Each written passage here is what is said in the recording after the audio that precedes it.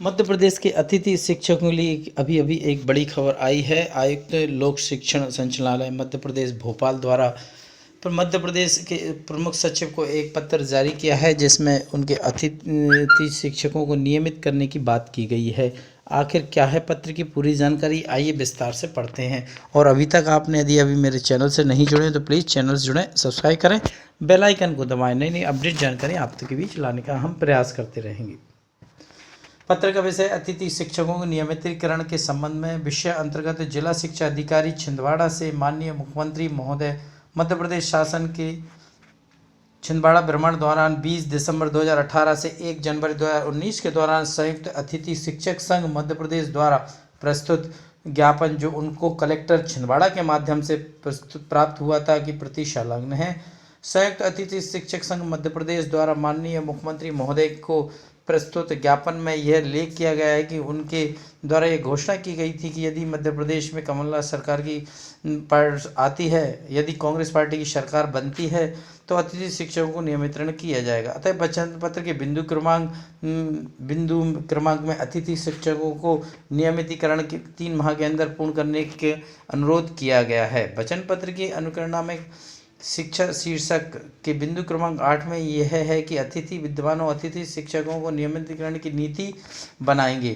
उपरोक्त अनुसार वस्तुतः यह है कि मध्य प्रदेश शासन स्कूल शिक्षा विभाग के द्वारा जो वर्तमान में शिक्षक पात्रता की परीक्षाएं चल रही हैं, उसके ज्ञापन में अतिथि शिक्षकों के संबंध में प्राथमिक शिक्षक, माध्यमिक शिक्षक और उच्च शिक्षक भर्ती प्रक्रिया में अतिथि शिक्षकों के लिए 25% पद आरक्षित किए गए हैं, जो कि वर्तमान में आप देख रहे हैं।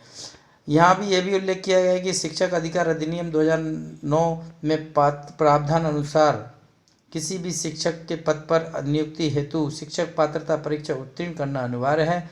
अतः वचन पत्र की अनुक्रमणिका के 8 का एवं माननीय मुख्यमंत्री द्वारा की गई घोषणा के क्रम में शासन स्तर पर निर्णय लेना चाहें। ये पत्र जय श्री क्यामत आयुक्त लोक शिक्षण मध्य प्रदेश भोपाल द्वारा लिखा गया है प्रमुख सचिव मध्य प्रदेश शासन स्कूल शिक्षा विभाग मंत्रालय भोपाल।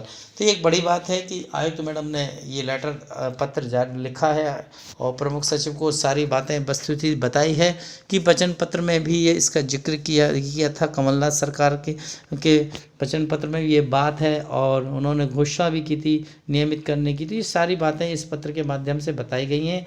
अब ये शासन स्तर पर ये जाएंगी, कार्रवाई होगी, शुरू हो चुकी है, परंतु अभी वर्तमान में लोकसभा के आचार संहिता लगने के कारण हम किसी तरह की अभी आदेश की उम्मीद नहीं कर सकते हैं।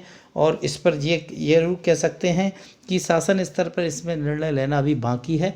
कार्रवाई शुरू हुई है, अब ये कब तक चलेगी और इस पर कब कुछ डिसीजन आएगा, ये अभी कहना मुश्किल है। परंतु ये बात तो तय है कि कमलनाथ सरकार जो वचन पत्र में उन्होंने कहा था अतिथि शिक्षकों के नियमितीकरण के संबंध में कुछ न कुछ योजना प्लान सरकार तैयार कर रही है। और जब भी ये तैयार हो जाएगा, सरकार इस दिशा में काम कर जरूर दिखाएगी, ऐसी उम्मीद अतिथि शिक्षकों के लिए बनी हुई है। और वह आशा भी कर सकते हैं, क्योंकि इस तरह की छुटपुट बातें सामने आ रही हैं। जैसे ये पत्र जारी हुआ, इसी उम्मीद का एक हिस्सा मान सकते हैं। आदर्श आचार संहिता लगने के कारण अभी किसी तरह का कोई जल्दबाजी में कोई फैसला तो नहीं लिया जा सकता, परंतु आगे इस तरह के फैसले ज़रूर आ सकते हैं, क्योंकि कमलनाथ सरकार का और कहना है कि हमने जो वचन पत्र में वादे किए हैं, देखिए वो केवल 20 दिन या 100 दिन के लिए नहीं किए हैं। हमने वचन पत्र में जो एक एक बिंदु को लिया है, हमने 5 साल के कार्यकाल के लिए लिया है। हम एक एक बिंदुओं का पालन 5 साल के अंदर करेंगे। तो ये उम्मीद ना रखें कि बहुत जल्दी हमारी समस्याएं दूर हो जाएंगी। एक एक क्रमबद्ध तरीके से उन समस्याओं का समाधान करने का वो सरकार भी प्रयास कर रही है। बजट की हालत आप जानते हैं क्या है मध्य प्रदेश में, तो मैं ये नहीं कह रहा हूँ कि उनका सपोर्ट ले रहा हूँ, ये उनकी बात है जो आप तक मेरे चैनल के माध्यम से पहुंच रही है ना। और ऐसी अनअपडेट जानकारी आप तक पहुंचती रहे, चैनल से जुड़ें, सब्सक्राइब करें, बेल आइकन को दबाएं। नई नई अपडेट जानकारी हम लाने का प्रयास करते रहेंगे। आगे भी फिर मिलेंगे एक नई जानकारी के साथ। दीजिए इजाज़त, जय हिंद।